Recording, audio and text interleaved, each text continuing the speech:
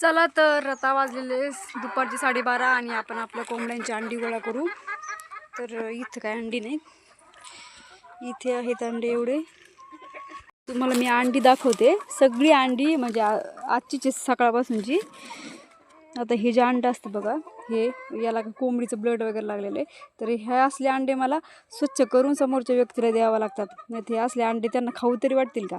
कारण समोरचा माणूस आपल्याला पैसे देऊन अंडे घेणार आहे ना. आणि कधी कधी हे बघा, ह्या अंड्यांना पण कोंबडीची विष्ठा लागलेली आहे. हे अंडे पण मला धुवून द्यावं लागतात, धुवून क्लीन करून द्यावं लागतात.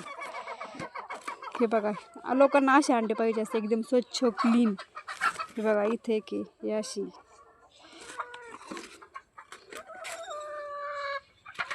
इथं कोंबडी बसलेली आहे, हिच्या खाली बघू अंडा आहेत का नाही. हिने अजून घातलंय की नाही, नाही अजून नाही घातलंय हिने. इथं कॅरेटमध्ये कोंबडी बसलेली, कॅरेटमध्ये 3-4 अंडे आहेत. दरवाजा खोलला का यांना असं वाटतं की बाहेर जायचे. तर इथं बघू, इथं 4 अंडे आहे, एकदम स्वच्छ आहे. पण पदर नका खाऊ. तर बघा कोंबड्या, ह्या साडीला असलं आहे लटकन, त्यांना असं वाटतं काहीतरी खायचंच आहे. खाली पदर सोडला की टोचा मार खातात. हे बघा, हे बघा. अरे मी गोळा करून घेऊन जाते. अगं आपल्या कोंबड्याने आता अंडी घातलेली बरीचशी. आता आपण त्यांना पाणी प्यायला सोडू. बरोबर पाण्यावर पडतो, गेल्याबरोबर पाण्यावर. लय ताण लागले ना. बरोबर बोलवेल इथं खायला म्हणून. त्याला गहू टाकले दादा, राशनचे गहू आहे.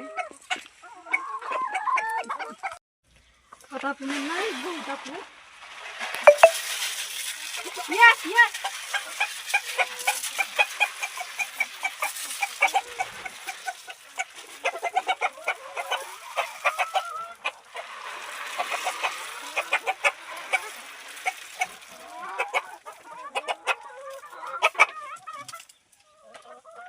तर कोंबड्यांमुळं इतक्या लांब गहू वाळू घालायची वेळ आली आहे.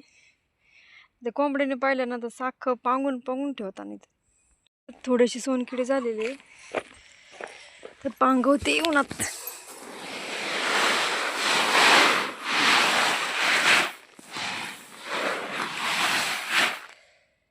आलेले गहू पांगून आणि गोणी गुडू नये म्हणून असा दगड ठेवावा लागतो. तर आमच्या कारभारीने आणलेलं आहे. घरी येता वाढे. केवढ्याला बसले एवढे सगळे? 100 रुपयाला एवढे? 20 वाढ आहे का 100 रुपयात? 5 ला एक भेळा. किती दिवस जाणार तुम्हाला तेवढे? 2 दिवस. 50 रुपये रोज.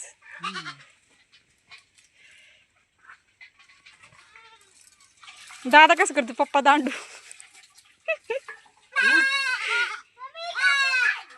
याची बघा आंघोळ दुसरी टाइम. उठ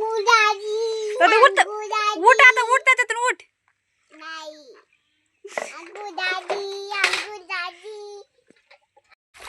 त्याला नुसतं असं खेळायला पाहिजे, त्याच्यामुळे त्याला असं सारखं करतो नाऊ नाऊ नाऊ.